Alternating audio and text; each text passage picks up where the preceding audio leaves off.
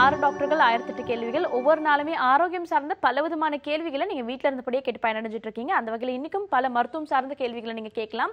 நீங்க கால் பண்ண வேண்டிய நம்பர் 044445969444. இன்னைக்கு நியூஸ்ல எல்லாம் கூட அனௌன்ஸ் பண்ணிருக்காங்க வெயிலோட தாக்கம் ரொம்பவே அதிகமா இருக்கும்னு சொல்லிட்டு. ஸோ 12 to 3 வெளியில போகாம அவாய்ட் பண்ண வேண்டியது அவசியம். பட் ரொம்பவே முக்கியமான ஒர்க் இருக்கு, நிச்சயமா வெளியில போகணுன்றவங்க இருக்கிற இடத்துல ஸோ சன்னுக்கு வராம வீட்டுக்குள்ளேயா இல்லைனா ஆஃபீஸ்லேயே இருந்து உங்களை ரேடியேட்டிங்காக பார்த்துக்கலாம். அதிகப்படியான தண்ணி எடுத்துக்கணும்னு சொல்லிட்டு பல பேர் சொல்லிட்டு இருக்காங்க.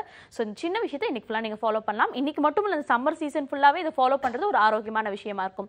இன்னைக்கு மருத்துவம் சார்ந்த கேள்விகள் பதிலளிக்கிறதுக்காக எஸ்ஆர்எம்லேருந்து 6 சிறப்பு துறையை சார்ந்த மருத்துவர்கள் வந்திருக்காங்க. அவங்க யாருன்னு உங்களுக்கு நான் இன்ட்ரடியூஸ் பண்ணிடுறேன். டாக்டர் யோகசாலினி, மகப்பேறு மற்றும் பெண்கள் நல மருத்துவர். டாக்டர் சேகர், குழந்தைகள் நல மருத்துவர். டாக்டர் வேதமூர்த்தி, புற்றுநோய்க்கான சிறப்பு மருத்துவர். Doctor Sureshkumar, general and laparoscopic surgeon. வயிறு மற்றும் குடல் சார்ந்த பலவிதமான கேள்விகளை நீங்கள் கேட்டு தெரிஞ்சுக்கலாம் இவர்கிட்ட. அடுத்தபடியாக டாக்டர் ராமகிருஷ்ணன், காது மூக்கு மற்றும் தொண்டைக்கான சிறப்பு மருத்துவர். டாக்டர் விஜயானந்த், எலும்பியல் மருத்துவர். இவங்க 6 பேர்கிட்டயுமே ஆரோக்கியம் சார்ந்த பலவிதமான கேள்விகளை நீங்கள் கேட்டு பயனடையலாம். நம்ம நிகழ்ச்சியோட முதல் அழைப்பாளர் இணைப்பில் இருக்காங்க, அவங்க கிட்ட பேசலாம். Good morning. Good morning ma'am. சொல்லுங்கம்மா, உங்க பேர் என்ன, எங்கேருந்து கால் பண்றீங்க? என்னோட பேர் மீனா மேம், நான் சிதம்பரத்துல இருந்து கால் பண்றேன். ஓகே மீனா, உங்களோட கேள்வி என்ன? என்னோட குழந்தைக்கு மேம். ஓகே, உங்க குழந்தையோட வயது என்னம்மா? 1.5 மாசம் ஆகுது மேம். டாக்டர் சேகர் இருக்காங்க. அம்மா, உங்களோட ஆடியோ லெவல் அந்த அளவுக்கு கிளியரா இல்ல, ஒன் செகண்ட் சொல்ல முடியுமா உங்களோட கேள்வி என்ன? எனக்கு வந்து தைராய்டு இருந்தது மேம் மாசமா இருக்கிறப்ப. ஓகே, இப்போ அந்த டேப்லெட் கொடுத்துருந்தாங்க, 10 மாசம் வரைக்கும் தொடர்ந்து டேப்லெட் சாப்பிட்டுட்டு இருந்தேன். இப்போ வந்து நான் கண்டினியூ பண்ணல டாக்டர். குழந்தை பிறந்ததுக்கு அப்புறம் நிறுத்திட்டேன் டேப்லெட் சாப்பிட்றத. சரி. ஆனா இப்போ நான் செக்கப்புக்கும் போகவே இல்ல. எனக்கு வந்து தைராய்டு இருக்குமா இல்ல நான் தாய்ப்பால் குழந்தைக்கு கொடுக்கறதால குழந்தைக்கு அது ஏதாவது எஃபெக்ட் ஆகுமா டாக்டர்? இல்ல தாய்ப்பால் நீங்க வந்து தைராய்டு அந்த வந்து பிரெக்னண்டா இருந்தப்ப எடுத்துக்கிட்டீங்கல்ல? ஆமா டாக்டர். குழந்தை எப்படி நல்லா அழுவுதா? அழுவவே மாட்டேங்குது டாக்டர். அதனால நீங்க குழந்தைக்கு வந்து T3 T4 TSH இது பண்ணி பார்க்கணும். ஹலோ, சொல்லுங்க டாக்டர். அது பண்ணி பார்த்துட்டு அது பாதிப்பு அதில் வந்து குறைஞ்சிருந்துச்சு, சிலது கூடி இருந்துச்சுன்னா உடனே அதுக்கும் ட்ரீட்மெண்ட் எடுக்கணும். உங்களுக்கும் செக்கப் பண்ணி பார்த்துக்கணும். இவ்வளவு நாள் இது விட்டதே ரொம்ப கஷ்டமானது. பிறந்த உடனே இந்த டெஸ்ட்டை பண்ணி பார்த்து இந்த இதை வந்து மாத்திரை நீங்கள் குறைஞ்சி இது தைராய்டு ஹார்மோன் குறைஞ்சிருந்துன்னா உடனே அதுக்கு மாத்திரை கொடுத்தா அதனுடைய மூளை வளர்ச்சியையும் உடம்பு வளர்ச்சியும் சரி செய்ய முடியும். இப்போவே இது கொஞ்சம் லேட் ஆயிடுச்சு. இம்மீடியட்டாக நீங்கள் லோக்கலில் உள்ள ஒரு பீடியாட்ரிஷியனை போய் பார்த்து இந்த T3 T4 TSH உடனே பண்ணி பார்த்து அது எப்படி இருக்குன்னு பார்த்து அதுக்கு தகுந்த மாத்திரையை நீங்கள் கொடுத்துறது நல்லது. ஓகேம்மா, நன்றி கால் பண்ணதுக்கு. தொடர்ந்து அடுத்த காலர் கிட்ட பேசலாம். வணக்கம். குட் மார்னிங், நீங்க இணைப்புல தான் இருக்கீங்க, தொடர்ந்து பேசலாம். இது 6 டாக்டர்கள் 1008 கேள்விகள். மேம், என்னோட பேர் பானு. ஓகே பானு, உங்களோட கேள்வி என்ன? மேம், எனக்கு வந்து 40 இயர்ஸ் ஆகுது. இப்போ என்னன்னா ஒரு 5 வருஷத்துக்கு முன்னாடி ஒரு சின்ன பைக் கார் வந்து பின்னாடி இடிச்சிட்டாரு எனக்கு. இடிச்சதுனால அப்ப வந்து எனக்கு எதுவும் தெரியல. இப்போ வந்து பீரியட் ஆகும்போது மட்டும் ஒரு சைடு வந்து ஒரு பட்டெக்ஸ், இந்த கால் மட்டும் அப்படியே வீக்கமா இருக்கு மேம். ஓகேம்மா, தொடர்ந்து பேசலாம். டாக்டர் யோகசாலினி இருக்காங்க. ஃப்ளோ எல்லாம் எப்படி இருக்குமா? பீரியட்ஸ் அப்போ ஃப்ளோ எப்படி இருக்கு? நார்மலா இருக்கா, ஜாஸ்தியா இருக்க மாதிரி இருக்கா?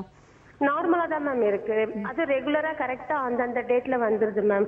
சரி, பீரியட்ஸ் அப்போ மட்டும் அந்த பெயின் வர மாதிரி இருந்தா சம்டைம்ஸ் ஹார்மோனல் சேஞ்சஸ்னால நம்ம உடம்புல கொஞ்சம் ஃப்ளூயிட் ரிட்டென்ஷன் இருக்கும். ஸோ அதனால வர சேஞ்சஸ் ஆயிருக்கு மேம். எனக்கு அந்த பீரியட் வரும்போது எந்தவித பெயினும் கிடையாது. சரி, இந்த கால் வீக்கமும் அந்த இது மட்டும் இருக்கு இல்லையா, ஒரு சைடு பிடிக்கிற மாதிரி. அதான் ஃப்ளூயிட் ரிட்டென்ஷன்ங்கிறது உடம்பு முழுக்கவே வரும்.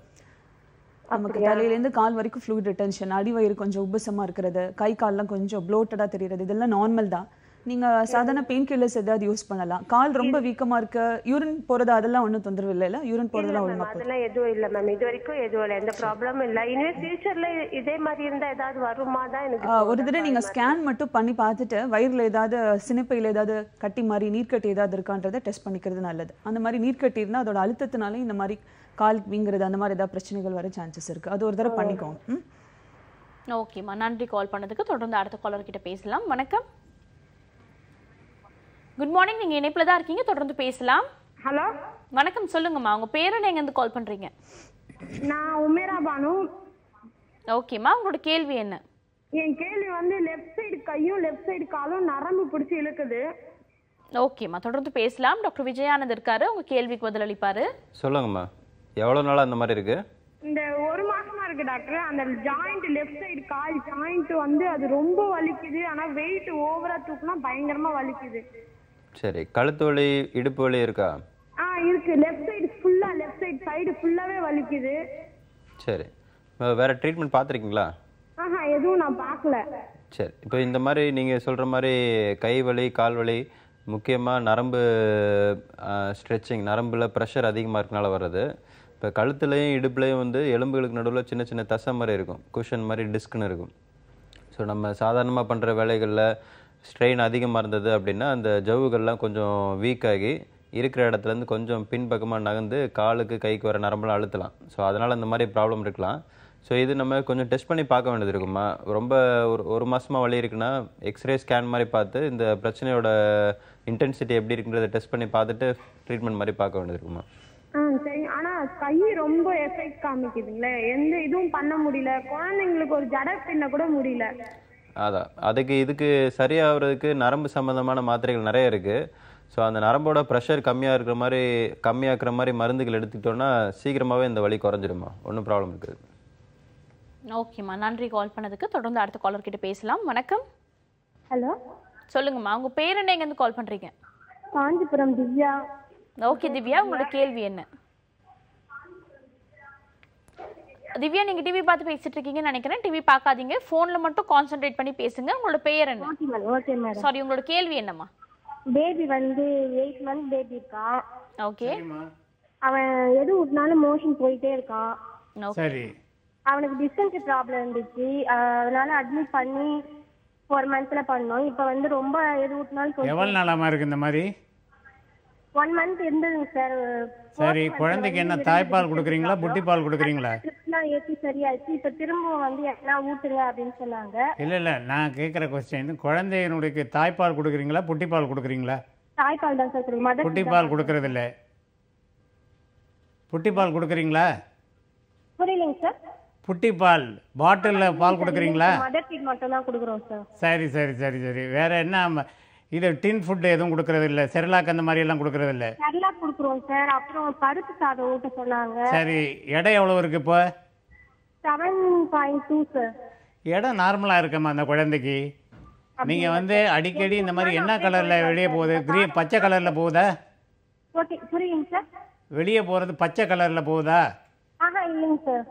இல்ல. ஹலோ, சொல்லுங்க சார். பச்சை கலர்ல போகல, மஞ்சள் கலரா தானே போகுது? ஆமாங்க சார், மஞ்சளா தான். ரத்தம் போகல? இல்ல, ரத்தம் போகல வெளியே போறப்போ? இல்லைங்க சார். இல்ல அப்போ வெயிட் நார்மலா இருக்கு. இது வந்து டயரியா மாதிரி தெரியல குழந்தைக்கு. சில குழந்தைக்கு வந்து இந்த மாதிரி இது சாப்பாடு கொடுத்த உடனே இந்த மாதிரி வெளியே போகும். நீங்கள் மஞ்சள் கலராக தான் போகுதுங்கிறீங்க. பாட்டில் ஃபீடு நீங்கள் கொடுக்கல. இருந்தாலும் நீங்கள் மோஷன் டெஸ்ட் பண்ணி பார்த்துக்கிறது, மோஷன் கல்ச்சர் அதை பண்ணி பார்த்துட்டு அதில் ஏதாச்சும் ப்ராப்ளம் இருக்கான்னு பார்க்கலாம். இல்லைன்னா இந்த மாதிரி வெயிட்டு நார்மலாக இருக்குது, குழந்தை நார்மலாக இருக்குது, மோஷன் கலர் நார்மலாக இருக்குது, வேறு எந்த ப்ராப்ளம் இல்லாததுனால இந்த மோஷன் டெஸ்ட்டை மட்டும் பண்ணிவிட்டு அதுவும் நார்மலாக இருந்தால் பேசாமல் விட்டுலாம். ஆட்டோமேட்டிக்காக குழந்தை கொஞ்சம் நாளில் நல்லாயிரும். ஓகேம்மா, பயப்பட வேண்டிய அவசியம் கிடையாதுன்னு டாக்டர் சொல்லியிருக்காரு. தொடர்ந்து அடுத்த காலர் கிட்ட பேசலாம். வணக்கம். Hello, good morning. சொல்லுங்கம்மா, உங்க பேர் என்ன, எங்கேருந்து கால் பண்றீங்க? மேடம், நான் ஜோதி பேசுறேன், காஞ்சிபுரத்துலேருந்து. ஓகே ஜோதி, உங்களோட கேள்வி என்ன? எனக்கு மேரேஜ் ஆகி 1 year ஆகுது. ஓகே. இன்னும் குழந்தை இல்லை, அதை பற்றி கேட்க. ஓகே, தொடர்ந்து பேசலாமா? டாக்டர் யோகசாலினி இருக்காங்க. சொல்லுங்கம்மா, பீரியட்ஸ் எல்லாம் ரெகுலரா வருமா உங்களுக்கு? எனக்கு பீரியட்ஸ் மேரேஜ்க்கு அப்புறம் இர்ரெகுலர் ஆயிடுச்சு மேடம். சரி, எத்தனை மாசத்துக்கு ஒரு தடவை வரும்? இல்ல 45 days 42 days அது மாதிரி வரும். சரி, ரொம்ப இர்ரெகுலரா பீரியட்ஸ் வருதுன்னா உங்களோட ஃபாலிகுலர் growth, அதாவது முட்டையோட வளர்ச்சி, கருமுட்டையோட வளர்ச்சி சரியா இல்லைன்னு அர்த்தம்மா. ஸோ நீங்கள் உடனடியாக என்ன பண்ணணும்னா, உங்களுக்கு மாதவிடாய் வந்த 2-3 நாளில் பக்கத்தில் இருக்க யாராவது ஒரு லேடி டாக்டர் போய் பாருங்க. அவங்க ஸ்கேன் ஏதாவது பண்ணிட்டு எக் growthக்கு டேப்லெட்ஸ் ஏதாவது தருவாங்க. ஃபாலிகல் ஸ்டடியும் பண்ணிட்டேன். இப்போ போன மாசம் டியூப் டெஸ்ட் பண்ணேன். அதுலயும் எந்த ப்ராப்ளம் இல்ல சொல்லிட்டாங்க. சரி, அப்ப நீங்க அப்படின்னு சொல்லியிருந்தாங்க. அதுக்கும் 3 months முன்னாடி டேப்லெட் சாப்பிட்டேன். எதுக்காக டேப்லெட்ஸ் சாப்பிட்டீங்க? நீர்க்கட்டி. நீர்க்கட்டின்றது ஒன்றும் இல்லைம்மா, உங்களுக்கு அந்த வளர்ச்சி அடையாத முட்டை தான் நீர்க்கட்டிம்பாங்க. அதுக்கு வந்து பெர்மனெண்ட்டாக நிரந்தர தீர்வுன்றது கிடையவே கிடையாது. இப்போ அந்த டேப்லெட்ஸ் எடுக்கிற சமயத்தில் உங்களுக்கு பீரியட்ஸ் ரெகுலராக வந்திருக்கும், திரும்ப நீங்கள் டேப்லெட்ஸை ஸ்டாப் பண்ணோடனே அந்த ஹார்மோன்ஸ் திரும்ப இம்பேலன்ஸ் ஆகிடும், திரும்பவும் அந்த ப்ராப்ளம் வந்துட்டே தான் இருக்கும். ஸோ நீங்கள் மந்த்லி வந்து ஃபாலிகுலர் க்ரோத்துக்கு டேப்லெட்ஸ் கண்டிப்பாக சாப்பிட்டாகணும். தைராய்டு ஏதாவது இருக்கான்னு டெஸ்ட் பண்ணிக்கிறது நல்லது. ஃபேமிலியில் யாருக்காவது சக்கரை வியாதி இருந்ததுன்னா சுகருக்கான டெஸ்ட் நீங்கள் பண்ணிக்கிறதும் நல்லதும்மா. கண்டிப்பாக நீங்கள் வந்து அந்த எக் க்ரோத்துக்கான ட்ரீட்மெண்ட் வந்து மந்த்லி போயிட்டே இருக்கிற மாதிரி தான் இருக்கும். தொடர்ச்சியாக ஒரு 6 months அது கண்டினியூஸாக ட்ரீட்மெண்ட் போங்க. ஃபர்ஸ்ட் இனிஷியல் மந்த்லேயே நமக்கு வந்து குழந்தை நிற்கணும் அப்படின்ற எதிர்பார்ப்போட போகாதீங்க. ஸோ 6 months போனீங்கன்னா தான் அந்த ஹார்மோன்ஸ் கொஞ்சம் இதாகி உங்களுக்கு நல்ல ரிசல்ட்ஸ் கிடைக்குமா. ஓகேம்மா, நன்றி கால் பண்ணதுக்கு. தொடர்ந்து அடுத்த காலர் கிட்ட பேசுறதுக்கு முன்னாடி சின்ன பிரேக் எடுத்துக்கலாம். இது 6 டாக்டர்கள் 1008 கேள்விகள்.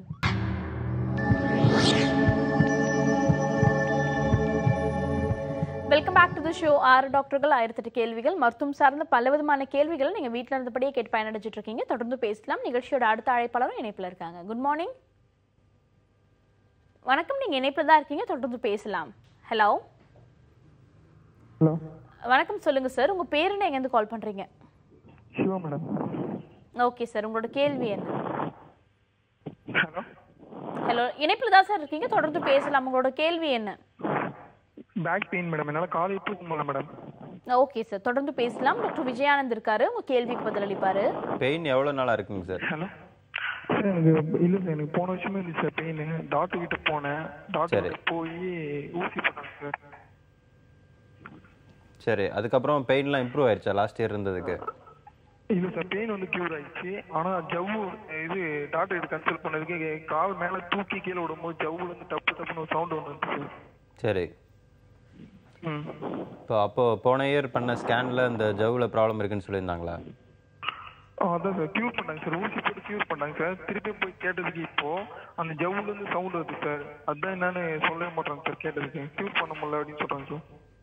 சரி, இப்போ நீங்கள் சொல்கிற மாதிரி இப்போ ரிப்பீட்டடாக பெயின் வருது அப்படின்னா, இப்போ இதுக்கு அந்த ஸ்கேன் 1 year ஆயிடுச்சுன்னா அதை ரிப்பீட் பண்ணி பார்க்க வேண்டியது இருக்கும். அந்த ஜவ்வுன்றது வந்து அது எவ்வளோ தூரம் வந்து அது பின்னாடி மூவ் ஆகுதுன்னு அதுக்கு ஸ்டேஜஸ்லாம் இருக்குது. ஸோ அது ரொம்ப ஆரம்ப ஸ்டேஜாக இருக்கலாம், ரொம்ப எண்ட் ஆஃப் த ஸ்பெக்ட்ரம் கடைசி ஸ்டேஜாகவும் இருக்கலாம். ஸோ அது என்ன ஸ்டேஜில் இருக்கோ அதை பொறுத்து தான் ட்ரீட்மெண்ட் இருக்கும். ரொம்ப ஆரம்ப ஸ்டேஜஸில் வந்து கொஞ்சம் நம்ம லைஃப் ஸ்டைல் மாடிஃபிகேஷன், அதாவது இப்போது உங்களுக்கு ஒர்க் என்ன மாதிரி இருக்குன்றதை பொறுத்து உட்கார்ற பொசிஷன், கீழே குனிகிற பொசிஷன், வெயிட் தூக்குற பொசிஷன்லாம் கொஞ்சம் சேஞ்சஸ்லாம் பண்ணோன்னா அடிக்கடி வராமல் இருக்கும். அண்டு ஒரு எக்ஸ்டென்ட்டுக்கு மேலே அந்த ஜவ்வு பின்னாடி விலகிருச்சு அப்படின்னா அது நம்ம ஆப்ரேட் பண்ணி தான் சரி பண்ணுற மாதிரி இருக்கும். அதுக்கு டிஸ்கெக்டமின்னு சொல்லிட்டு அந்த ஜவ்வு இருக்கிற இடங்களை எடுத்துட்டு அந்த நரம்பை ஃப்ரீ ஆக்கிட்டு சில சமயம் ஆர்டிஃபிஷியலாக அந்த இடத்துல ஸ்பேசர் மாதிரி போட வேண்டியது இருக்கும். ஓகே, நன்றி சார் கால் பண்ணதுக்கு. தொடர்ந்து அடுத்த காலர் கிட்ட பேசலாம். வணக்கம். ஹலோ, சொல்லுங்கம்மா, உங்க பேர் என்ன, எங்க இருந்து கால் பண்றீங்க? மேம், என்னோட நேம் திவ்யா. என்னோட சன் பத்தி கேட்கணும். ஓகேமா.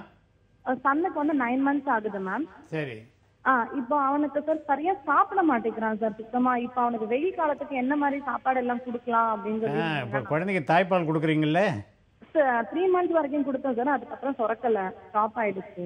அதுக்கப்புறம் இப்போ என்ன கொடுக்குறீங்க அவனுக்கு? அதுக்கப்புறம் வந்து பாட்டில் ஃபீடிங் தான் சார் கொடுத்துட்டு இருக்கேன். எத்தனை தடவை கொடுக்குறீங்க? அவன் ஒரு 2 hours once கொடுத்துட்டு இருந்தேன் சார். இப்போ சாப்பிட ஆரம்பிச்சதுல இருந்து ஒரு டெய்லி ஒரு 3 time தான் குடிப்பான், அதுக்கப்புறம் குடிக்க மாட்டான். இல்லைம்மா, முதல்ல பாட்டிலில் தாய்ப்பால் இதை பால் கொடுக்குறதே, புட்டி பால் கொடுக்குறதே நிப்பாட்டணும். சரிங்க சார். புரியுதா? ஏன்னா புட்டியில் பால் கொடுக்குறது அடிக்ஷன் மாதிரி. பெரியவங்க எப்படி சாராயம் குடிக்கிறாங்களோ அது மாதிரி புட்டியில் பால் கொடுக்குறது. வாயில் வச்சு அப்படியே சூப்பிக்கிட்டே இருக்கும் குழந்தை, பாலையும் குடிக்காது, அப்படியே காற்று உள்ளே போய்கிட்டே இருக்கும். அதனால் பாட்டிலில் பால் கொடுக்குறத முதல்ல நிப்பாட்டுங்க. சரிங்க சார். அதே மாதிரி 2வது சின்ன டம்ளர் இல்லைன்னா ஸ்பூன் இல்லைன்னா பாலாடை 8 மாதத்துக்கு மேலே ஆச்சுனால சின்ன டம்ளரை யூஸ் பண்ணலாம். அந்த டம்ளரில் டைல்யூட் பண்ணாத பால், பசும்பால் இருக்குல்ல, பசும்பால் தான் சார் கொடுக்குறேன். அந்த வந்து தண்ணி ஊற்றக்கூடாது. தண்ணி ஊற்றாமல் எடுத்து ஸ்பூனால் கொஞ்சம் கொஞ்சமாக குழந்தைய உட்கார வச்சுக்கிட்டு மடியில் வச்சுக்கிட்டு கொஞ்சம் கொஞ்சமாக கொடுக்கணும். அப்படிதான் சார். 3வது குழந்தைக்கு வந்து கொஞ்சம் கொஞ்சமாக நீங்கள் வந்து சாதம், இட்லி இதெல்லாம் இடப்பட்ட காலத்தில் கொஞ்சம் கொடுத்துக்கிட்டே வரணும். இந்த வெயில் காலத்தில் தண்ணியும் கொடுக்கணும் நிறையா குழந்தைக்கு. ஹலோ, சொல்லுங்க சார். அதனால் நீங்கள் வந்து புட்டி பால் கொடுக்குறத நிப்பாட்டினீங்கன்னா தான் குழந்தை இன்னும் நல்லா பசியை எடுத்து நல்லா சாப்பிடும். புட்டி பால் கொடுக்குறத நிப்பாட்டுங்க. அடுத்தது புட்டிப்பால் கொடுக்கறதுனால பல வியாதிகள் வந்து இந்த கேஸ்ட்ரோஎன்ட்ரைட்டிஸ், பேதி ஆகிறது, அடிக்கடி சளி பிடிக்கிறதெல்லாம் வரும். அதனால் புட்டிப்பாலை நிப்பாட்டிட்டு இது பசும்பாலை வந்து சின்ன டம்ளர்லேயோ ஸ்பூனாலேயோ கொடுங்க. அதோடு சேர்த்து நல்ல திட உணவையும் கொடுக்கணும். ஓகேம்மா, நன்றி கால் பண்ணதுக்கு. தொடர்ந்து பேசலாம். டாக்டர் சுரேஷ்குமார் அவர்கிட்ட ஒரு கேள்வி. டாக்டர், பொதுவாக பெண்கள் பல பேர் சொல்கிறாங்க தைராய்டு ப்ராப்ளம் இருக்குது, ஆண்களுக்கும் தைராய்டு ப்ராப்ளம் இருக்குது. ஸோ அந்த தைராய்டை தொடர்ந்து வரக்கூடிய பிற பிரச்சனைகள் என்னவா இருக்கும்? தைராய்டு வந்து யூஸ்வலாக வந்து ஆண்களுக்கும் வரலாம், பெண்களுக்கும் வரலாம். அதில் பெண்களுக்கு தான் மோஸ்ட்லி வரதை அவங்க வந்து நினச்சிக்கிறாங்க. அதுவும் உண்மை தான். நிறைய பேர் வந்து கொஞ்சம் உடம்பு பெருத்தாலே வந்து தைராய்டு ப்ராப்ளம் இருக்குன்னு சொல்லிட்டு யோசிக்கிறாங்க. அது வந்து 100ல் ஒரு 20 பேர் 30 பேர் தான் கரெக்டு. ஆனால் நம்ம டெஸ்ட் பண்ணி பார்த்தோம்னாக்கா நிறைய பேருக்கு தைராய்டு ப்ராப்ளம் இருக்கிறது கிடையாது. தைராய்டு ப்ராப்ளம் இருந்ததுனாக்கா நம்ம கழுத்துக்கு முன்னாடி ஒரு பெரிய கட்டி இருக்கும். அது கட்டி இருந்தால் தான் நம்ம வந்து டாக்டர்கிட்ட போயிட்டு டெஸ்ட் பண்ணி பார்த்துக்குறோம். நம்ம பிளட் டெஸ்ட் வச்சு 3T, T3, T4, TSH வந்து வச்சு பார்த்துட்டு ஹைப்போதைராய்டிசம் சொல்லிட்டு வாழ்க்கை முழுசும் வந்து எல்ட்ராக்சின் டேப்லெட் எடுத்துகிட்டு இருப்பாங்க. அது வந்து அவாய்ட் பண்ணணும். யூஸ்வலாக கட்டி இருந்ததுனாக்கா ஒரு FNAC அது மாதிரி போட்டு அது வந்து சாதாரண கட்டியாக இல்லை வேறு மாதிரி ஏதாவது கேன்சர் கட்டியான்னு சொல்லிட்டு கண்டுபிடிச்சி அது தகுந்த மாதிரி வைத்தியம் பண்ணிக்கிறது நல்லது. ஓகே, தைராய்டு ப்ராப்ளம் இருக்குன்னா பல பேர் தொடர்ந்து மாத்திரைகள் எடுத்துட்டு இருப்பாங்க. ஸோ அதை தவிர்த்து வேறு விஷயங்களும் இருக்குது அப்படின்னு சொல்லியிருக்காங்க. அதே போல் ரொம்ப ஒபீஸ்டாக பெண்களை பார்த்தாலே வந்து தைராய்டு இருக்குமான்றதா முதல் கேள்வி பொதுவாக எல்லாருமே சொல்லக்கூடியதாக இருக்குது. அப்படி இல்லை, தைராய்டு இல்லாமல் வேறு பிரச்சனைகளும் இருக்கலாம்னு சொல்லி டாக்டர் மென்ஷன் பண்ணியிருக்காரு. ஆன் திஸ் நோட் அடுத்த காலர் கிட்ட பேசலாம். வணக்கம். ஓகே, தொடர்ந்து அடுத்த அழைப்பாளர்கிட்ட பேசலாம். வணக்கம். ஓகே, இன்னைக்கு ஆரோக்கியம் சார்ந்த பல விதமான கேள்விகளை நீங்கள் வீட்டில் இருந்தபடியே கேட்குறீங்க. தொடர்ந்து பேசலாம். டாக்டர் வேதமூர்த்தி அவர்கள்கிட்ட கேள்வி. சார், புற்றுநோய் வந்த பிறகு பல பேர் பல விதமான ப்ராப்ளம்ஸ் ஃபேஸ் பண்ணுறாங்க. So prevention is better than cure. புற்றுநோய் வராமல் எப்படிலாம் நம்மளை பாதுகாத்துக்கலாம்? நல்ல ஒரு கேள்வி கேட்டீங்க. புற்றுநோயை முற்றிலும் தடுக்க முடியுமா அப்படிங்கிற சிம்பிள் கொஸ்டினுக்கு வந்து ஆன்சர் வந்து 90% புற்றுநோய் வந்து எந்த ஒரு காரணமும் இல்லாமல் தானாக வரதாமா. அதான் முதல்ல நாம் தெரிஞ்சிக்க வேண்டியது. காரணத்தோட சில ரிஸ்க் ஃபேக்டர்ஸ் ஐடென்டிஃபை பண்ணியிருக்கோம் சில புற்றுநோய்களுக்கு. அதில் மிக முக்கியமானது பழக்க வழக்கங்கள் தாம்மா. Smoking first important risk factor. Especially head and cancer, lung கேன்சருக்கெல்லாம் வந்து மிக முக்கிய காரணி வந்து புகையிலை பயன்படுத்துகிறது. அது எந்த ரூபமாக புகையிலை பயன்படுத்தினாலும் இந்த புற்றுநோய் வர்றதுக்கு வேண்ட அபாயம் அதிகரிக்கிறது. ரெண்டாவது வந்து மது அருந்துதல். மூணாவது உணவு பழக்க வழக்கங்கள்மா. நிறைய நார் சத்துள்ள உணவு உட்கொள்ளும் பொழுது நல்ல உடம்புக்கு நல்லது. குடல் புற்றுநோய் வர்றதை தடுக்கிறதுக்கு வேண்டிய வழிமுறை அது நிறைய இருக்குமா. நிறைய ஃபேட் ஃபுட்டு அதிகம் தவிர்க்கிறது நல்லது. ஆக புகையிலே எந்த ரூபத்திலையும் இருந்தாலும் தவிர்க்கணும். சாராயம் கூடாது, மது கூடாது. நார் சத்து இல்லை, நல்ல பேலன்ஸ்டு டயட், இது மிக முக்கியமான 3. புற்றுநோய் வரதனுடைய ரிஸ்க்கை நல்லா குறைக்குமா. ஓகே, பல பேட் ஹேபிட்ஸ் இருக்கும். ஸ்மோக்கிங் அண்ட் ஆல்கஹால் இது ரெண்டுத்தையும் நிச்சயம் தவிர்க்கணும். அதே போல் வந்துட்டு ஃபைபர் கண்டென்ட் அதிகமாக இருக்க உணவுகள் எடுத்துக்க வேண்டியது மிக அவசியம். ஃபேட் கண்டென்ட் உள்ள ஃபுட்ஸ், குறிப்பாக ஜங்க் ஃபுட்ஸ் அவாய்ட் பண்ணுறது கூட ஒரு முறையான விஷயமா இருக்கும் புற்றுநோயிலேருந்து நம்மளை பாதுகாத்துக்கிறதுக்குன்னு சொல்லி டாக்டர் சொல்லியிருக்காரு. தொடர்ந்து அடுத்த அழைப்பாளர்கிட்ட பேசலாம். வணக்கம். ஹலோ. ஹலோ, வணக்கம். சொல்லுங்கம்மா, உங்க பேர் என்ன, எங்க இருந்து கால் பண்றீங்க? என் பேரு மகேஸ்வரி, நான் தூத்துக்குடியில இருந்து பேசுறேன். ஓகேம்மா, உங்களோட கேள்வி. கேன்சர் 1.5 வருஷம் ஆகுது. ஓகே, பேசணும்.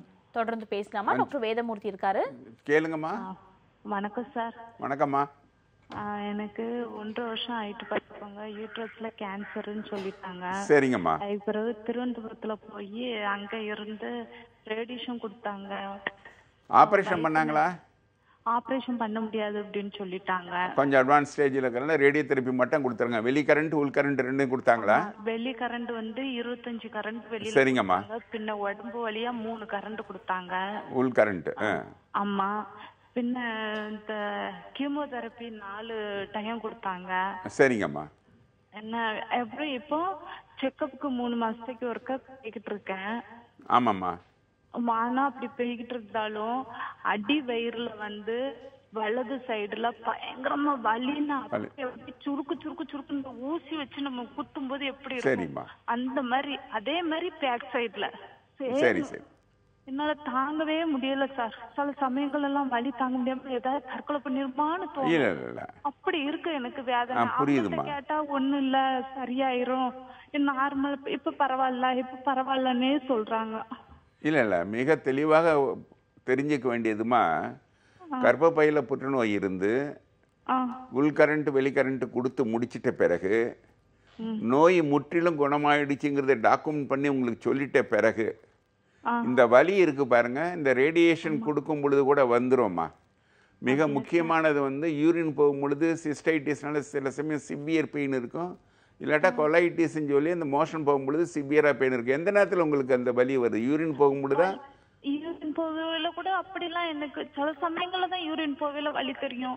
ஆனா எப்பவுமே வலி இருந்துகிட்டே இருக்கு சார். ஆனா நாங்க வந்து இங்க ஒரு மகப்பேறு மருத்துவர்கள்ட்ட தான் காமிச்சு அவங்க கண்டுபிடிச்சுதான் என்னை அனுப்புனது திருவண்ணாமலை. ஆனா அப்படி எமர்ஜென்சி ரொம்ப வலி முடியாத நேரத்துல அவங்கள்ட்ட போய் சொல்லுவேன், ரிப்போர்ட் எல்லாம் காமிப்பேன், அவங்க ஒரு இன்ஜெக்ஷன் போட்டு விடுவாங்க, அந்த அன்னைக்கு வலி குறைஞ்சிரும் பாத்துக்கோங்க. ஆனா மறுபடியும் 2 நாள் நல்லா இருப்பேன், 3 நாள் அப்படி வந்துரும். இல்லை இதில் நீங்கள் மிக தெளிவாக தெரிஞ்சுக்க வேண்டியது, புற்றுநோய் முழுசும் குணப்படுத்தியிருக்கிறாங்க. இந்த வலி இருக்குது, இந்த வலி வந்து தானாக அந்த ரேடியேஷன் கொடுக்கறதுனால ஒரு அக்யூட் இன்ஃப்ளமேட்டரி ரியாக்ஷன், ஒரு வாரம் 10 நாள் தொடர்ச்சியாக மாத்திரையோ இன்ஜெக்ஷன் போட வேண்டி வரும். அதை போட்டு எப்பப்போ வலி இருக்கோ அதை எடுத்துக்கலாம். ஆனால் ரெகுலர் செக்கப்பை எந்த ஒரு காரணம் விட்டுறக்கூடாதம்மா. மிக முக்கியமானது வந்து எவ்ரி 3 மந்த்ஸுக்கு. ஏங்கம்மா? அவங்க செக்கப் வர சொல்லுற டயத்துக்கு கரெக்டா ஆமாம் போயிடுங்கம்மா. அதே மாதிரி 3 மாதத்துக்கு ஒரு கிளினிக்கல் செக்கப், 6 மாதத்துக்கு ஒரு ஸ்கேனு, 1 வருஷத்துக்கு ஒரு சிடி ஸ்கேன், பெட் ஸ்கேன் இப்போ லேட்டஸ்ட் வந்து இருக்கு. அதெல்லாம் பண்ணி நோய் இல்லைங்கிறது உறுதிப்படுத்திக்கிட்டே இருக்கணும். இந்த வலிங்கிறது நிச்சயமாக நிவாரணத்தை கொண்டு வர முடியும். அதுக்காக நீங்கள் மனசு தளரவே வேண்டியதில்லைம்மா, தைரியமாக இருக்கலாம். ஒரு தொடர்ச்சியாக மாத்திரை தேவைப்பட்டால் தொடர்ச்சியாக சாப்பிட்டுக்கலாமா. நோய் இல்லைன்னு உறுதிப்படுத்திக்கிட்ட பிறகு பயப்பட வேண்டியதில்லை இந்த வலிக்காக. ஓகேம்மா, நன்றி கால் பண்ணதுக்கு. பயப்பட வேண்டிய அவசியம் கிடையாதுன்னு டாக்டர் சொல்லியிருக்காங்க. மனம் தளராதீங்க. தொடர்ந்து அடுத்த காலர் கிட்ட பேசலாம். வணக்கம். ஹலோ வணக்கம். சொல்லுங்கம்மா, உங்க பேர் என்ன, எங்க இருந்து கால் பண்றீங்க? என் பேர் பிரியா, நான் சென்னையில இருந்து கால் பண்றேன். என்னோட TSH thyroid stimulating hormone level வந்து 0.03 இருக்கு மேடம். நான் எவ்வளவு எல்ட்ராக்சின் எடுத்துக்கணும்னு. ஓகே, தொடர்ந்து பேசலாம். டாக்டர் யோகசாலினி இருக்காங்க. TSH அளவை மட்டும் வச்சு நீங்கள் தைராய்டு உங்களுக்கு இருக்கான்றது சொல்கிறது கஷ்டம். ஃபுல் ரிப்போர்ட் வேணும். Free T3 free T4 full results plus உங்களோட சிம்டம்ஸு அதையும் வச்சு தான் உங்களுக்கு தைராய்டு இருக்கான்னு நம்ம சொல்ல முடியும். ஏற்கனவே நீங்கள் தைராய்டு டேப்லெட் ஏதாவது போட்டுட்டு இருக்கீங்களா? 10 இயர்ஸா போட்டுட்டு இருக்கேன் மேடம். சரி, இப்போ எவ்வளோ டோஸ் வச்சு போட்டுட்டு இருக்கீங்க நீங்க? 150 mg போட்டுட்டு இருக்கேன். 150. ஸோ 150 போட்டுட்டு இருக்கீங்கன்னா உங்களோட TSH லெவல் வச்சு பார்க்கும்பொழுது பட் ஃபுல் ரிப்போர்ட்ஸ் இருந்தால் தான் சொல்ல முடியும் டெஃபினட்டா. டோஸ் லெவல் வந்து நார்மலா தான் மேடம் இருக்கு. இந்த TSH மட்டும் தான் வந்து 0.03 10 இயர்ஸா அதுதான் இருக்கு. நடுவுல பிரெக்னெண்டா இருக்கும்போது மட்டும் 0.02 வந்து வேரி ஆச்சு. சரி, 0.03 இருக்கு. இப்போ கொஞ்சம் லெவல்ஸ் வந்து கம்மி பண்ணுற மாதிரி இருக்கும். தைராய்டு ஹார்மோனோட டோஸை வந்து கொஞ்சம் கம்மி பண்ணிட்டு இருக்கலாம். நீங்கள் இப்போ எடுக்கிறத நீங்கள் ஏற்கனவே பார்த்துட்டு இருக்க எண்டோக்ரைனாலஜிஸ்ட்டை போய் ஒரு கன்சல்ட் பண்ணிட்டு டோஸ் கம்மி பண்ணிக்கலாம். பிரியா, அப்ராக்சிமேட்டாக சொல்ல முடியுமா மேம் ப்ளீஸ்? 125 இல்லை 100 எடுத்தால் போதுமா இருக்கும். பட் நீங்கள் டாக்டர் போய் கன்சல்ட் பண்ணிக்கோங்க. கண்டிப்பாக ma'am. Thank you ma'am. Okay, thank you so much for calling. தொடர்ந்து அடுத்த காலர் கிட்ட பேசலாம். வணக்கம். வணக்கம் மேடம். சொல்லுங்கம்மா, உங்க பேர் என்ன, எங்க இருந்து கால் பண்றீங்க? என்னோட பேர் சிங்காரவேலன். ஓகே ஓகே சார், உங்களோட வாய்ஸ் கொஞ்சம் டவுனா இருக்கு, கொஞ்சம் சத்தமா பேச முடியுமா? உங்களோட கேள்வி என்ன? சரிங்க மேடம், திருப்பத்தூர்ல இருந்து சிங்காரவேலன் பேசுறோம் மேடம். ஓகே சார், உங்களோட கேள்வி என்ன? என்னோட பையனுக்கு 6 இயர் ஆகுது மேடம். ஓகே, நைட்ல தூங்கும் போது பல் பொறிக்கிறான், அப்புறம் ஒரே இடத்துல தூங்க மாட்டேறான், பக்கம் பக்கம் நவுந்து படுத்துறான். ஓகே, தொடர்ந்து பேசுங்க. கேட்கலாம் மேடம். ஓகே, டாக்டர் சேகர் இருக்காரு. என்னங்க வயசு? 6 வயசா? ஆமா சார், 6 வயசு ஆகுது. என்ன பண்ணுது? நைட்ல தூங்கும் போது பல் கொறிக்கிறான் சார், அப்புறம் வந்து ஒரே இடத்துல படுக்க மாட்டான், நவுந்து போயிடுறான் பக்கத்துல. சரி சரி சரி சரி. பெட் மேல படுத்தாலும் கீழே விழுந்துடுறான் ஒரு நாளைக்கு. இந்த பல் கடிக்கிறதுங்கிறது, பல்லு டீத் பைட்டிங் நைட்ல வர்றது சவுண்ட் வருது. ஹலோ, இந்த பல்லு கடிக்கிறதுங்கிறது வயிற்றுல பூச்சி இருந்தனால வர்றதுக்கு சான்ஸ் இருக்கு. ரெண்டாவது, குழந்தை வந்து பயந்து இருந்தா கூட இந்த மாதிரி கடிக்கும், பல்லு கடிச்சுக்கிட்டு இருக்கும். நவந்து போய் அந்த மாதிரி படுக்கிறதெல்லாம் சுத்தமா அழுந்துட்டே இருக்கிறான். எது வேணும்னாலும் ஏதாவது தேவைன்னா அழுந்துட்டே இருக்கிறான். அதான் கொஞ்சம் குழந்தைய நீங்கள் வந்து தட்டி கொடுத்து அதை விளையாட விட்டு அதை நல்லபடியாக வச்சுக்கணும். குழந்தைய அதை மிரட்டிக்கிட்டு அதை அடிச்சுக்கிட்டு அந்த மாதிரி ஏதாச்சும் பண்ணால் இந்த மாதிரி இது சைக்கலாஜிக்கலாக இதாகி குழந்தை வந்து நைட்டில் பல் கடிக்கிறதுக்கு சான்ஸ் ஜாஸ்தி இருக்குது. ரெண்டாவது, குழந்தை வந்து படுத்து புரண்டு படுக்கிறது இதெல்லாம் நார்மல். அதுக்கெல்லாம் நம்ம ஒன்றும் பயப்பட வேண்டியதில்லை. இதனால் லோக்கலில் ஒரு டாக்டர்கிட்ட காமிச்சிட்டு அவங்க என்ன சொல்கிறாங்கன்னு கேட்டுக்கிட்டு இந்த பூச்சிக்கு மருந்து கொடுத்து குழந்தைய வந்து அடிக்காமல் நல்ல பாசத்தோடு வளர்த்திங்கன்னா இது இம்மீடியட்டாக க்யூர் ஆயிரும். ஒன்றும் பயப்பட வேண்டியது இல்லை. ஓகேம்மா, நன்றி கால் பண்ணதுக்கு. தொடர்ந்து அடுத்த காலர்கிட்ட பேசுறதுக்கு முன்னாடி சின்ன பிரேக் எடுத்துக்கலாம். இந்த 6 டாக்டர்கள் 1008 கேள்விகள்.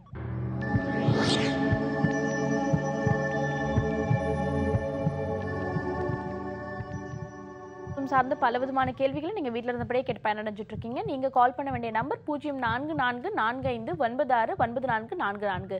தொடர்ந்து பேசலாம். நிகழ்ச்சியோட அடுத்த காலரும் இணைப்புல இருக்காங்க. Good morning. வணக்கம். ஹலோ, நீங்க லைன்ல தான் இருக்கீங்க, தொடர்ந்து பேசலாம். உங்க பேர் என்ன? ஹலோ, வணக்கம், சொல்லுங்கம்மா. உங்க பேர் என்ன? என் பேர் ஈஸ்வரிங்க. ஓகே ஈஸ்வரி, எங்க இருந்து கால் பண்றீங்க? என்ன? எங்க இருந்து கால் பண்றீங்க ஈஸ்வரி? திருப்பூர்ல இருந்து கால் பண்றாங்க. ஓகே, உங்களோட கேள்வி என்ன? திருப்பூர்ல இருந்து கால் பண்றேன். ஓகேம்மா, உங்களோட கேள்வி என்ன? அல்சர் பிரச்சனையே தீர மாட்டேங்க, அதுக்கு என்ன தீர்வுன்னு கேக்குறேங்க. ஓகேம்மா, தொடர்ந்து பேசலாம். டாக்டர் சுரேஷ்குமார் இருக்காரு. ஆமா ஈஸ்வரி, அல்சர்னா எங்கம்மா இருக்குன்னு சொல்றீங்க? அல்சர் எங்க இருக்கு? ஆனா அல்சர் வந்து வயிறுல வலி, எரிச்சல் வலி. சரி, எத்தனை வருஷமா இருக்கு உங்களுக்கு அது?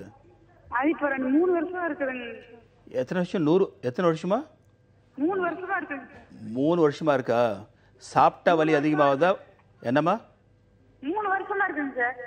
சரி, வலி வந்து சாப்பிட்டா அதிகமாகுதா இல்லை வெறும் வயிற்றுல இருந்தா நடுராத்திரில வலிக்குதுங்க, சும்மா இருந்தாலும் வலிக்குதுங்க, கொஞ்சம் எரிச்சலா இருக்குதுங்க. வாந்தி ஏதாவது வருதாம்மா? இல்லைங்க, வாந்தி எல்லாம் இல்லைங்க.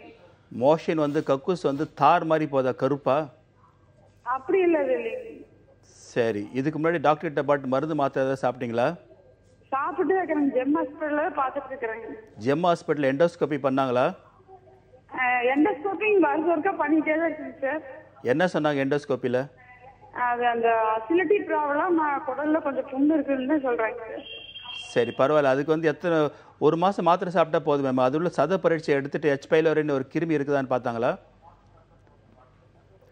சத பரீட்சையில் சத டெஸ்ட் பண்ணி கூட பார்த்துட்டாங்க சார், அதில் எதுவுமே இல்லைங்கிறாங்க சார். சரிம்மா, அல்சர் வந்து யூஸ்வலாக இப்போல்லாம் ஆப்ரேஷன்லாம் தேவை கிடையாது. அதெல்லாம் ஒரு 15-20 நிமிஷம் ஆப்ரேஷன் பண்ணுவாங்க.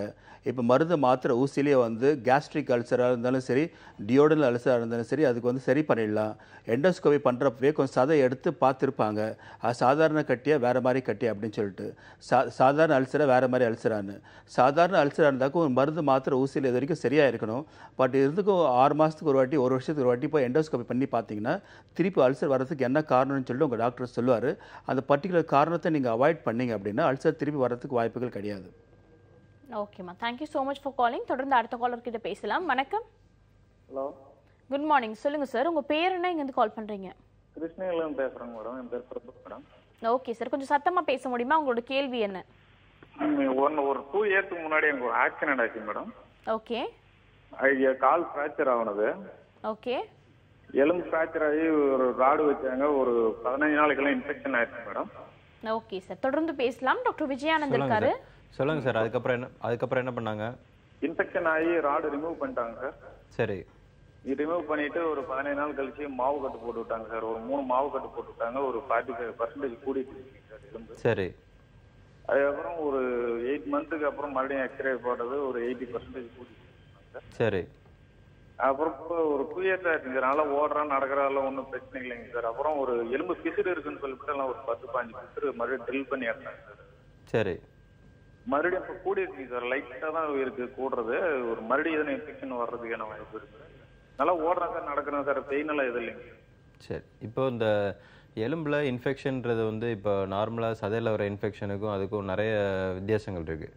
இப்போ சதையில் வர இன்ஃபெக்ஷன்ஸ் வந்து ஈஸியாக கம்ப்ளீட்டாக க்யூரபுளாக இருக்கும், எராடிகேட் பண்ணிடலாம், கம்ப்ளீட்டாகவே போயிடும் நம்ம மருந்து மாத்திரைகள் எடுத்தோன்னா. இந்த எலும்பில் இருக்க இன்ஃபெக்ஷன் வந்து அந்த மாதிரி கிடையாது. எலும்பில் நம்ம மருந்துகள் எடுத்துக்கிட்டாலும் இந்த சின்ன சின்ன பிசுறு மாதிரி அது வரதை ரிமூவ் பண்ணால் கூட லேசாக லேட்டன்ட் இன்ஃபெக்ஷன் சொல்லுவோம். கொஞ்சம் கிருமிகளை வந்து எப்போவுமே வந்து இருக்க தான் செய்யும். அது மோஸ்ட்லி 99% வந்து அது கம்ப்ளீட் க்யூர் வந்து இருக்காது. நம்ம உடம்புல எதிர்ப்பு சக்தி எப்போல்லாம் கம்மியாகுதோ, சில சமயம் ஏஜ் ஆகும்போது சுகர் வர்றது, ப்ரெஷர் வர்றது, இல்லை நம்மளோட ஸ்ட்ரெஸ்ஸு, ஸோ அந்த மாதிரி எதிர்ப்பு சக்தி உடம்புல எப்போல்லாம் கம்மியாகுதோ அப்போ எல்லாமே மறுபடியும் அது வர்றதுக்கு கண்டிப்பாக சான்சஸ் இருக்கும். ஸோ அதனால் அந்த மாதிரி விஷயங்கள் இப்போ புதுசாக ப்ராப்ளம்ஸ்லாம், மெடிக்கல் ப்ராப்ளம்ஸ்லாம் வரும்போது இதுவும் செக் பண்ணிக்கிறது நல்லது. ஓகே சார், நன்றி கால் பண்ணதுக்கு. தொடர்ந்து அடுத்த காலர் கிட்ட பேசலாம். வணக்கம். ஹலோ.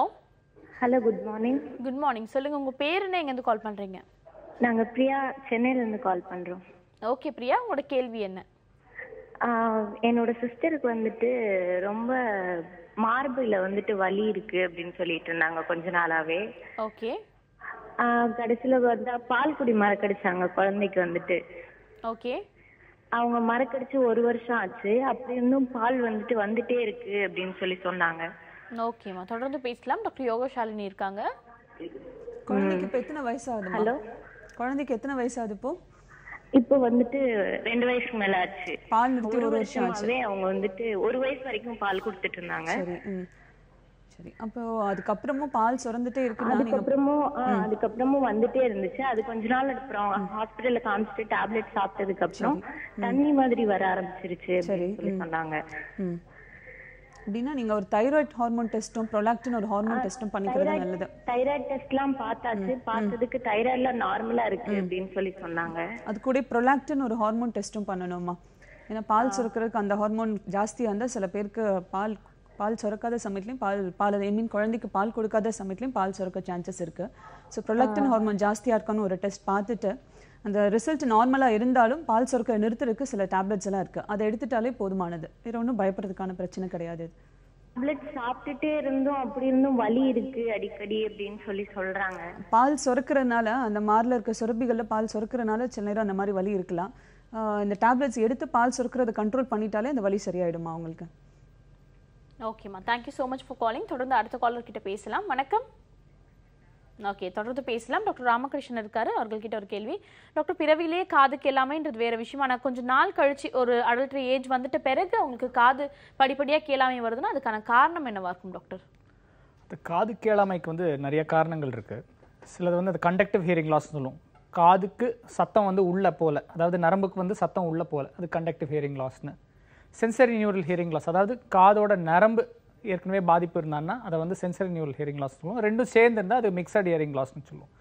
ஸோ காதோட, அதாவது கொஞ்ச நாள் கழிச்சு காது கேட்கறது கம்மியாக இருக்குது அப்படின்னா கண்டக்டிவ் ஹியரிங் லாஸ். சின்ன வயசுலேயே குழந்தைக்கு சளி அடிக்கடி பிடிச்சதுனால மூக்கு பின்னாடி அன்னச்சதை அந்த அடினாய்டுன்னு பெருசாகி காதுக்கு உள்ள நெகட்டிவ் ப்ரெஷர் தண்ணி ஃபார்ம் ஆகிறதுக்கான வாய்ப்புகள் இருக்குது. ஸோ அதை காது ஜவ்வுக்கு பின்னாடி தண்ணி சேர்றதுனால சவுண்ட் கண்டக்ஷன் அவ்வளோ நல்லா இருக்காது. அதனால் காது கேட்கும் தன்மை குழந்தைக்கு நாளடைவில் கம்மியாக இருக்கும். இல்லை ஒருவேளை காது கேட்கும் தன்மை நரம்பு சம்மந்தமாக கம்மியாக இருக்குன்னா அது லேட் ஆன்செட் ஹியரிங் லாஸ் அப்படின்னு சொல்லுவோம். அது நரம்பு சம்மந்தமான இருக்கும். ஸோ என்ன இருந்தாலும் சொல்லிட்டு நம்ம ஒரு இஎன்டி ஸ்பெஷலிஸ்ட் பார்த்து ஜவ்வு எப்படி இருக்குது, நார்மலாக இருக்கா அப்படின்னு சொல்லிட்டு, சின்ன குழந்தை அப்படின்னா அதுக்கேற்ற மாதிரி ஒரு டெஸ்ட் இருக்குது பேரான்னு சொல்லிட்டு, இல்லை பெரிய குழந்தையாக இருக்குன்னா ஆடியோமெட்ரி அப்புறம் டிம்பனோமெட்ரி, அது உள்ளே இருக்கிற ப்ரெஷர் லெவல் எவ்வளோ இருக்குதுன்னு பார்த்துட்டு அதுக்கேற்ற மாதிரி என்ன இருக்குது, என்ன டைப் ஆஃப் ஹியரிங் லாஸு அப்படின்னு சொல்லிட்டு கணக்கு பண்ணிவிட்டு எவ்வளோ ஹியரிங் லாஸ் இருக்குது, அதாவது காது கேட்கும் தன்மை எவ்வளோ கம்மியாக இருக்குது அப்படின்னு சொல்லிட்டு நம்ம கிரகிச்சிட்டு அதுக்கேற்ற மாதிரி நம்ம ட்ரீட்மெண்ட் ஏர்லியாக இன்ஸ்டியூட் பண்ணோம். ஏன்னா குழந்தைக்கு காது கேட்கும் தன்மை ரொம்ப இம்பார்ட்டண்ட். காது எவ்வளோ கேட்குறதோ அவ்வளோ நல்லா குழந்தை பேசும். அதனால் இதை ஏர்லியாக பார்த்தாலே ரொம்ப நல்லது. ஓகே ஃபைன் டாக்டர், ஒரு தெளிவான விளக்கம் கொடுத்துருக்காரு. ஆன் திஸ் நோட் அடுத்த காலர் கிட்ட பேசலாம். வணக்கம். வணக்கம் மேடம், சொல்லுங்க. பாண்டிச்சேரியில இருந்து பேசுறேன் மேடம். ஓகேம்மா, உங்களோட கேள்வி என்ன? அதாவது எனக்கு கொஞ்ச நாளா மேடம் கை கால் மூட்டு எலும்பு வலியில கொஞ்சம் அதிகமாக இருக்கு. எனக்கு எங்க ஃபேமிலியில அண்ணனுக்கு அக்காவுக்கு 2 பேருக்குமே ருமட்டாய்டு ஆர்த்ரைட்டிஸ் ட்ரீட்மெண்ட் எடுத்துட்டு இருக்காங்க. எனக்கும் அது வருமோன்னு பயம் இருக்கு. நான் இப்ப இந்த நிலைமையில என்ன டெஸ்ட் பண்ணணும், என்ன மாதிரி டாக்டர் கிட்ட நான் அட்வைஸ் கேட்கணும், எப்படி டீல் பண்ணணும்? ஓகே, டாக்டர் விஜயானந்த் இருக்காரு, உங்க கேள்விக்கு தெளிவான விளக்கம் கொடுப்பாரு. தொடர்ந்து பேசலாம். இப்போ வலி எவ்வளவு நாளா இருக்குமா? ஒரு 1.5 மாசமா இருக்கு சார். ஒரு 1.5 வருஷத்துக்கு முன்னாடி முட்டில மட்டும் வலி இருந்துச்சுங்க. அப்ப ஆயுர்வேதிக்ல ஆயில் மசாஜ் எடுத்துக்கிட்டா கம்ப்ளீட்டா எங்க ஸ்டாப் ஆயிடுச்சு. இப்ப ஒரு 1.5 மாசமா கைய மூடி மடக்கல, சாதம் பிசைஞ்சு சாப்பிட முடியல. நான் ஸ்டார்டிங்ல ரொம்ப வேலை பார்த்தா சில சமயம் மாப்லாம் போடுறோம், அதனால வலி இருக்குதுன்னு நினைச்சிருந்தேன். பட் இது இப்ப வேலையெல்லாம் ரொம்ப குறைச்சுமே எனக்கு அந்த வலி போகல. மூட்டி வலியும் கொஞ்சம் அதிகமாகுது டாக்டர். இப்ப காலையில தூங்கி எந்திரிச்சுன்னா இந்த வலி எல்லாம் அதிகமா இருக்கா? ரொம்ப அதிகமா இருக்கு. அப்படியே வேலை செய்ய செய்ய கூட கொஞ்சம் நான் மறந்துடுறேன் நான். சரி, இப்போ இந்த ப்ராப்ளம்க்கு நீங்க சொல்றதை வச்சு பார்க்கும்போது மோஸ்ட்லி ரொமட்டாய்டு ஆர்த்ரைட்டிஸ் ப்ராப்ளம் மாதிரி தான் இருக்கு. ஸோ இதுக்கு டெஸ்ட்டுன்னு பார்த்தோம்னா பேசிக்காக பிளட் டெஸ்ட் கொஞ்சம் பார்க்க வேண்டியது இருக்கும். அதுக்குன்னு anti CCP, RA factor, hemogram, LFT, ஆர்எஃப்டின்னு ஒரு 4 டெஸ்ட் பார்க்க வேண்டியது இருக்குமா. ஸோ இந்த டெஸ்ட்டில் வந்து அந்த ரொமட்டாய்டு ஆர்த்ரைட்டிஸ் வந்து இப்போது எப்படி இருக்குது அப்படின்றது தெரியும். ஸோ அதை பொறுத்து இப்போ ரொமட்டாய்டு ஆர்த்ரைட்டிஸ்ன்றது நம்ம சாதாரணமாக வலி மாத்திரைகள் போடுறதுனால க்யூர் ஆகக்கூடிய பிரச்சனை கிடையாது. ஸோ அது வந்து ஒரு சர்க்கரை வியாதி மாதிரி, ப்ரெஷர் மாதிரி. ஸோ அதுக்குன்னு ரெகுலராக டேப்லெட் சாப்பிட வேண்டியது இருக்கும், லைஃப் லாங் சாப்பிட வேண்டியது இருக்கும். நம்ம சர்க்கரையோட அளவு பொறுத்து மாத்திரைகள் அட்ஜஸ்ட் பண்ணுற மாதிரி இந்த மூட்டுவாதத்தோட தன்மையை பொறுத்து அது எவ்வளோ இன்க்ரீஸ் ஆகுது, எவ்வளோ கூடுது குறையுதுன்றதை வச்சு அதுக்குண்டான மருந்துகள் எடுத்துக்க வேண்டியது இருக்கும். ஸோ அதுக்குன்னு தனியாக மருந்துகள் ரொமட்டாய்டு ஆர்த்ரைட்டிஸ்க்குன்னு இருக்குது. ஸோ அது என்ன மாதிரி மருந்துகள்ன்றது உங்களோட ஏஜ், உங்களோட உடம்பு கண்டிஷனை பொறுத்து டிசைட் பண்ணி எடுத்துக்க வேண்டியது இருக்குமா. ஓகேம்மா, thank you so much for calling. தொடர்ந்து அடுத்த காலர் கிட்ட பேசுறதுக்கு முன்னாடி சின்ன பிரேக் எடுத்துக்கலாம். இது 6 டாக்டர்கள் 1008 கேள்விகள்.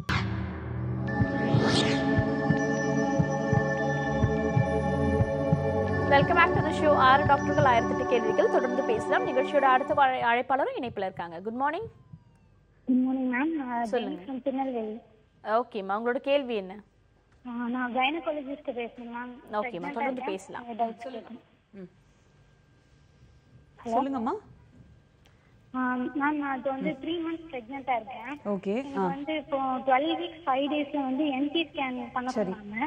சரி. பட் ஆனா என்டி ஸ்கேன் பண்ணப்ப வந்து பேபி வந்து என்டி ஸ்கேன் எடுக்கிற பொசிஷனுக்கு சரியா இல்ல. சரி. பேபி ஃபைனா இருக்கு. 2 days கழிச்சு எடுப்போம்னாங்க. சரி. 2 days கழிச்சும் சேம் இதே சொல்லிருக்காங்க. சரி. இப்போ நாளைக்கு வந்து திருப்பி டெஸ்ட் பண்ண சொல்லிருக்காங்க. இப்போ ஒரே வீக்ல இந்த மாதிரி 3 டைம் ஸ்கேன் எடுத்தா ப்ராப்ளம் இல்லையா? பேபிக்கு ஒன்றும் அஃபெக்ட் ஆகாதான்னு. அல்ட்ராசவுண்ட்ல வந்துட்டு குழந்தைக்கு ரேடியேஷன் எக்ஸ்போஷர் கிடையாதுமா. அதில் வந்து சவுண்ட் வேவ்ஸ் தான். அதனால குழந்தைக்கு எந்த பாதிப்பும் வராது. ப்ளஸ் இந்த என்டி ஸ்கேன்றது குழந்தைக்கு டவுன் சிண்ட்ரோம் அப்படின்ற ஒரு மரபணு கோளாறு இருக்கான்னு பார்க்கறதுக்கான டெஸ்ட். ஸோ கண்டிப்பாக நீங்கள் அந்த டெஸ்ட்டை பண்ணிக்கிறது நல்லது. ஏன்னா அதில் ஏதாவது ப்ராப்ளம் இருந்தால் ஃபியூச்சரில் குழந்தைய அதை அஃபெக்ட் பண்ணும். குழந்தையோட மென்டல் டெவலப்மெண்ட், ஃபிசிக்கல் டெவலப்மெண்ட் எல்லாத்தையும் அஃபெக்ட் பண்ணும். ஸோ கண்டிப்பாக இந்த டெஸ்ட்டை நீங்கள் பண்ணிக்கிறது நல்லது. ஸோ உங்களுக்கு குழந்தைக்கு ஏதாவது ரேடியேஷன் ப்ராப்ளம் அந்த மாதிரி எந்த ரிஸ்க்கும் வராது. நீங்கள் தைரியமாக தாராளமாக இந்த டெஸ்ட்டை பண்ணிக்கலாம். தேங்க்யூ ஸோ மச் ஃபார் காலிங்மா. தொடர்ந்து அடுத்த காலர் கிட்ட பேசலாம். வணக்கம். ஓகே, நீங்கள் நம்ம நிகழ்ச்சியில் ஆரோக்கியம் சார்ந்த பல விதமான கேள்விகள் பற்றி பேசிகிட்டு இருக்கோம். தொடர்ந்து பேசலாம். டாக்டர் சேகர் அவர்கிட்ட ஒரு கேள்வி. வெயில் காலம் தொடங்கிடுச்சு சார். பல குழந்தைகள் வந்துட்டு வெயிலுக்கு போனால் மட்டும் இல்லை, தொடர்ந்து விளையாடினாலே அதிகப்படியான தாகம் ரொம்பவே தவிக்கப்படுறாங்க. ஸோ தாய்மார்கள் குழந்தைங்களை இந்த வெயில் காலத்தில் எப்படிலாம் பராமரிக்கலாம்? இந்த வெயில் இப்போ வந்து 108, 109 டிகிரி வெளியே அடிக்குது. நம்மளால் பெரியவங்களாலேயே நம்ம வெளியே போக முடியலை. இந்த பாதிப்பு பெரியவங்களுக்கு வரும், குழந்தைகளுக்கு மிக அதிகமாக வரும். வெயிலினுடைய தாக்கத்தினால குழந்தைகளை வந்து மத்தியானம் 11 மணி 10 மணிக்கு மேலேயோ ஈவினிங் 4 o'clock முந்தைய வெளியே வெயில் தாக்கத்துக்கு அழைச்சிக்கிட்டு போகிறது அத்தியாவசிய காரணங்கள் இல்லாமல் வெளியே கொண்டு போகிறது நல்லதில்லை.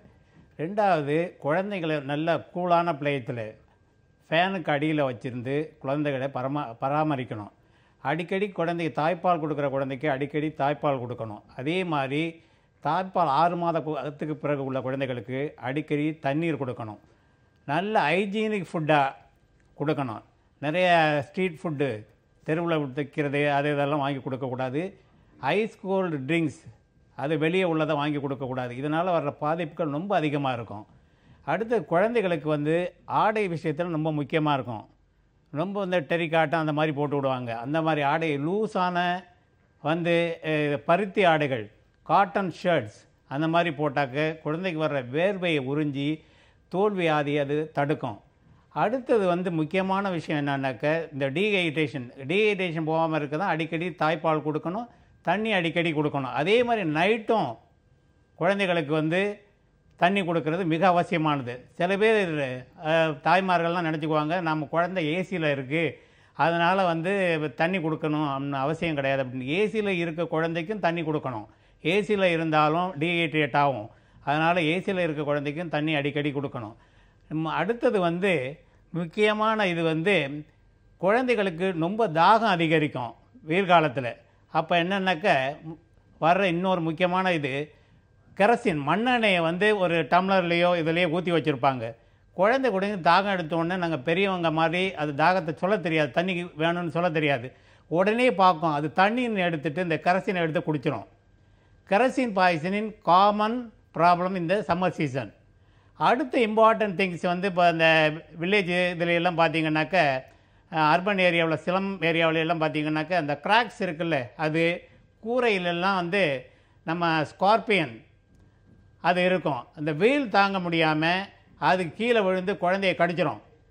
தேள்கடி, அது வந்து காமனாக தேள் கடிச்சதுன்னா குழந்தைக்கு ரொம்ப ஆபத்தானது. அந்த மாதிரி தேள் கடியை ஏதோ சஸ்பெக்ட் பண்ணால் உடனே நீங்கள் வந்து அங்கே லோக்கலில் மருந்து கொடுத்து அதை பாதுகாக்கணும், குழந்தையை காப்பாற்றிடுவோம்லாம் எங்கேயுமே நம்பிக்கை வைக்கக்கூடாது. சாமியார்கிட்ட போனால் அங்கே போகணுட்டு உடனே சில்ட்ரன்ஸ் ஹாஸ்பிட்டலுக்கு எடுத்துகிட்டு போய் அந்த டாக்டர்கிட்ட காமிச்சு அதுக்கு வேண்டிய ட்ரீட்மெண்ட்டை உடனே கொடுக்கணும்.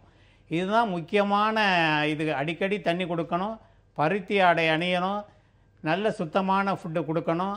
4 வந்து இந்த மாதிரி கெரசீனை வந்து வெளியே வச்சுருக்கக்கூடாது. இதெல்லாம் நல்லா பராமரித்து பாதுகாத்தாக்க குழந்தைகளுக்கு எந்தவித ப்ராப்ளமும் வராது. குழந்தைய ஒரு நாளைக்கு வந்து குளிர்ந்த தண்ணீரில் 2 தடவைனாலும் குளிப்பாட்ட வேண்டும். அதனால் வந்து வர்ற தோல் வியாதி மற்ற வியாதியெல்லாம் தடுக்கலாம். ஓகே சார், வெயில் காலங்களில் குழந்தைகளை எப்படிலாம் பராமரிக்கணும் டீட்டெயிலான எக்ஸ்ப்ளனேஷன் கொடுத்துருக்காங்க. கிராமப்புறங்களில் இருக்கவங்க கூட அவங்க குழந்தைகளை எப்படிலாம் பராமரிக்கணும், என்னென்ன விஷயங்கள்லாம் அவாய்ட் பண்ணணும்னு சொல்லியிருக்காங்க. இதெல்லாம் ஃபாலோ பண்ணுங்க. தொடர்ந்து பேசலாம். நிகழ்ச்சியோட அடுத்த அழைப்பாளர் இணைப்பில் இருக்காங்க. Good morning. Good morning ma'am. சொல்லுங்க, உங்க பேர் என்ன, எங்கேருந்து கால் பண்றீங்க? மயிலாடுதுறையிலிருந்து பேசுறோம். என் பேர் ஆர்த்தி. ஓகே மேம், உங்களோட கேள்வி என்ன? ஃபர்ஸ்ட் குழந்தை 6 வயசு ஆகுது. ஓகே. அது ரெண்டாவது வந்து அவளுக்கு 4 வயசு இருக்கும்போது ரெண்டாவது குழந்தை டியூப்ல தங்கி வெடிச்சிருச்சு. ஓகே. திரும்ப இப்போ போன மாசமும் அதே மாதிரி திரும்பவும் டியூப்லயே தங்குது மேடம். ஓகே, தொடர்ந்து பேசலாமா? டாக்டர் யோகசாலினி இருக்காங்க. இந்த டியூப் எந்த சைடுல மருந்து, ரைட் சைடா லெஃப்ட் சைடா? Left side ma'am. சரி, இப்போ இருக்கிறது அது அந்த டியூப் ஃபுல்லா எடுத்தாச்சா? லெஃப்ட் சைடு டியூப் லெஃப்ட் எடுத்தாச்சு, ரைட் சைடு மட்டும் தான் இருக்கு. சரி, இப்போ பிரெக்னன்சி திரும்ப ரைட் சைடு டியூப்ல வந்திருக்கா? திரும்ப வந்து இப்ப சரியா போயிடுச்சு மேடம். சரி, அது எப்படி ட்ரக்ஸ் ஏதாவது மருந்து மாதிரி ஏதாவது கொடுத்தாங்களா இல்ல ஆபரேஷன் ஏதாவது பண்ணாங்களா? மருந்துலயே சரி பண்ணிட்டாங்க மேடம். சரி. திரும்ப எனக்கு அடுத்ததும் டியூப்லயே தான் தங்குமா இல்ல குழந்தை இருக்குமா? அந்த மாதிரி கிடையாது. ஒரு தடவை உங்களுக்கு எக்டோபிக் பிரெக்னன்சி, அதாவது இந்த டியூபல் பிரெக்னன்சி வந்ததுன்னா அடுத்ததுக்கு வரதுக்கான சான்சஸ் 25% ஜாஸ்தி. நீங்கள் அடுத்த ஒரு 6 மந்த்ஸுக்கு வந்து பிரெக்னன்சி ட்ரை பண்ணாமல் ஏதாவது கருத்தடை மாத்திரையோ இல்லை வேறு ஏதாவது மெஷர்ஸோ யூஸ் பண்ணுறது நல்லது. 6 மந்த்ஸுக்கு அப்புறம் நீங்கள் பிளான் பண்ணிவிட்டு டாக்டரை பார்த்து ஸ்கேன் ஏதாவது பண்ணி பிளான் ப்ரெக்னன்சியாக இருக்கிறது நல்லதாக இருக்கும். ப்ளஸ் இந்த டைம் பண்ணீங்க இல்லையா, யூரின் டெஸ்ட் பாசிட்டிவ் ஆன உடனே ஸ்கேன் பண்ணி உங்களுக்கு ஆரம்பத்திலே கண்டுபிடிச்சிருப்பாங்கன்னு நினைக்கிறேன் டியூபல் ப்ரெக்னன்சின்றது. ஆரம்ப ஸ்டேஜில் கண்டுபிடிக்கிறப்ப அதை மருந்து மாத்திரையில் குணப்படுத்திடலாம். லேட்டஸ்ட் ஸ்டேஜஸில் கண்டுபிடிக்கிறப்ப அதை ஆப்ரேட்டிவ் பண்ணுற மாதிரி இருக்கும். ஸோ இப்போ இருக்கிறது ஒரே டியூபுங்கிற பட்சத்தில் நீங்கள் ஒரு 6 மந்த்ஸ் கேப் விட்டுட்டு அடுத்த ப்ரெக்னன்சி பிளான் பண்ணிவிட்டு இந்த மந்த் டாக்டரை பார்த்துட்டு என்னென்ன மெஷர்ஸ், என்னென்ன டேப்லெட் சாப்பிட்லாம், ஃபோலிக் ஆசிட் எல்லாம் ஸ்டார்ட் பண்ணிவிட்டு ப்ரெக்னென்ட் ஆகணும். ஆனால் உடனே அந்த யூரின் டெஸ்ட் பாசிட்டிவான ஒரு 2-3 டேஸில் ஸ்கேன் பண்ணிவிட்டு அது நார்மல் ப்ரெக்னன்சி தானான்னு கன்ஃபார்ம் பண்ணிக்கிறது நல்லது. 25% ரிஸ்க் இருந்தாலும் 75% வந்து நார்மல் ப்ரெக்னன்சி ஆகிறதுக்கு சான்சஸ் இருக்குது. ஸோ நீங்கள் பாசிட்டிவ் சைடை மட்டும் பார்க்கலாம். ஓகேம்மா, thank you so much for calling. தொடர்ந்து பேசலாம். டாக்டர் விஜயானந்த் அவர்கள்கிட்ட ஒரு கேள்வி. எலும்பு தேய்மானம் இப்போ இருக்க காலகட்டத்தில் ரொம்பவே அதிகமாகுதுன்னு சொல்லலாம். ஸோ எலும்பு தேய்மானம் பற்றி ஒரு டீட்டெயிலான எக்ஸ்ப்ளனேஷன் தர முடியுமா?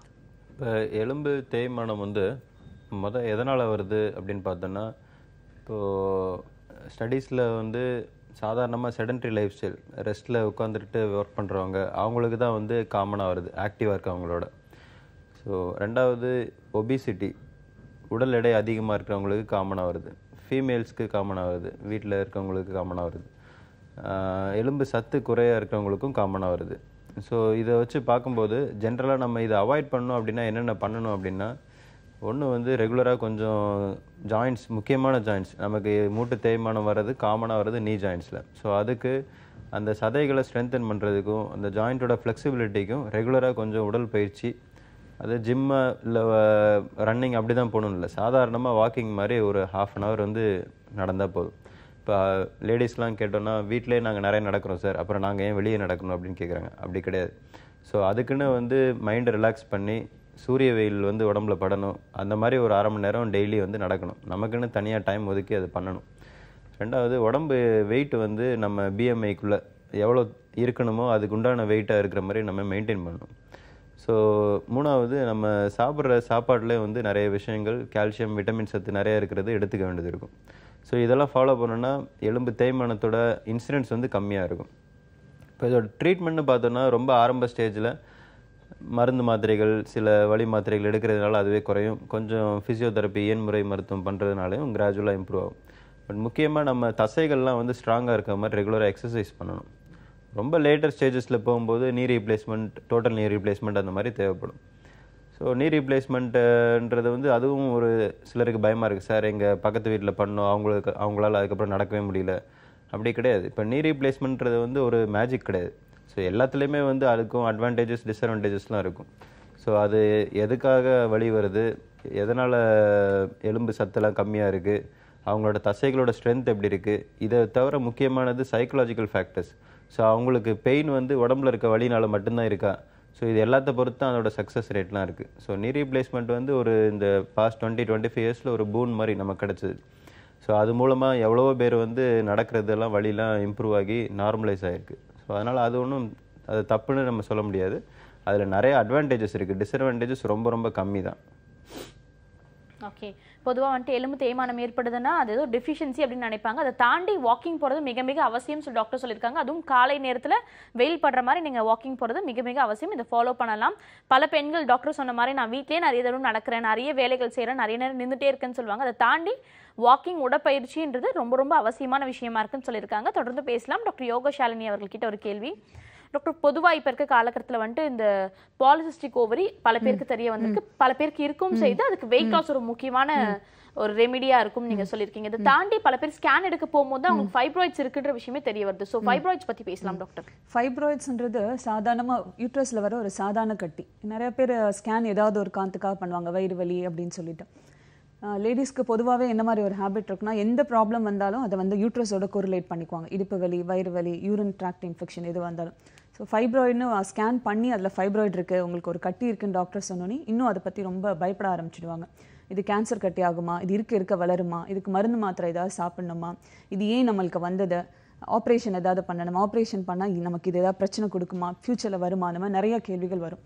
யூஸ்வலாக ஃபைப்ராய்டுக்கு வந்து ட்ரீட்மெண்ட்டு அதோட சைஸை பொறுத்து தான் ட்ரீட்மெண்ட்டு. ரொம்ப பெரிய ஃபைப்ராய்டு ஒரு 10 சென்டிமீட்டர் 12 சென்டிமீட்டர் அந்த மாதிரி ஏதாவது இருந்தாலும், இல்லை ஃபைப்ராய்ட்ஸ்னால அவங்களுக்கு ஏதாவது அறிகுறிகள், மாதவிடாய் ஜாஸ்தியாக போகிறது, மாதவிடாய் அப்போ வலி ஜாஸ்தியாக இருக்கிறது, இல்லை ஃபைப்ராய்டு இருக்கிற காரணத்தினால அவங்களுக்கு குழந்தை தங்காமல் போகிறது, இல்லை அடிக்கடி அபார்ஷன் ஆகி போகிறது, குறப்பிரசவம் ஆகிறது, அந்த மாதிரி ஏதாவது அறிகுறி இருந்தால் மட்டுமே ஃபைப்ராய்டுக்கான ட்ரீட்மெண்ட் போதும்.